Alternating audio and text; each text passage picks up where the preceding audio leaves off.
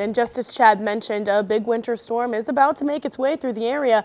News 18's Ani Kasparian was able to chat with West Lafayette Street and Sanitation Department earlier today to learn more about local snow ordinances and how to keep safe on the roads. Hey, Ani, what should we know?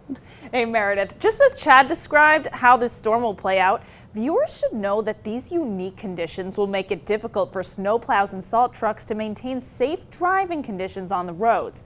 After talking with West Lafayette Street Commissioner Ben Anderson, I learned that the best thing you can do this week is stay home. Snowplow edges are being sharpened. Hydraulic lines are being checked. Tires are being tested, all in preparation for the winter storm beginning February 2nd. This week we'll have a total of 13 people that will be taking care of 250 miles of roadway. That's West Lafayette Street Commissioner Ben Anderson. He strongly advises locals to stay home if possible. Don't go anywhere if you don't have to. If you have to go somewhere, make sure you're prepared. Make sure you have blankets, you got fuel in your car, that you have supplies in case something happens, shovel.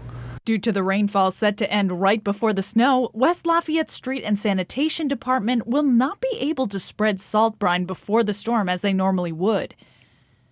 That rain would immediately wash away the brine. Plows will be dispensed immediately once the snow begins in order to keep up with the 8 to 12 inches we expect. What's worse, temperatures will rise again and then dip at night, causing probable icy road conditions.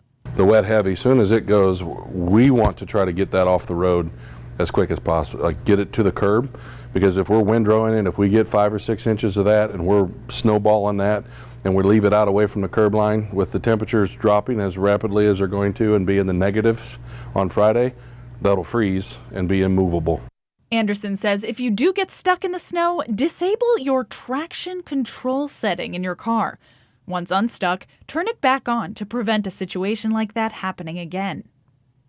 Anderson also mentioned that in terms of snow ordinances being put into effect, it's not a matter of if, but when. Once snow reaches over 2 inches, it will be called, and those parked in certain areas of town will need to move their cars off the street. Whether you live on one of those roads or not, Anderson tells me that it is strongly encouraged to park in your driveway or designated parking spot out of the way of the roads, as it eases the job of the plowers. If you'd like to see a list of which roads will be affected by the snow ordinance, head to our website at WLFI.com. Reporting from West Lafayette, Ani Kasparian, News 18.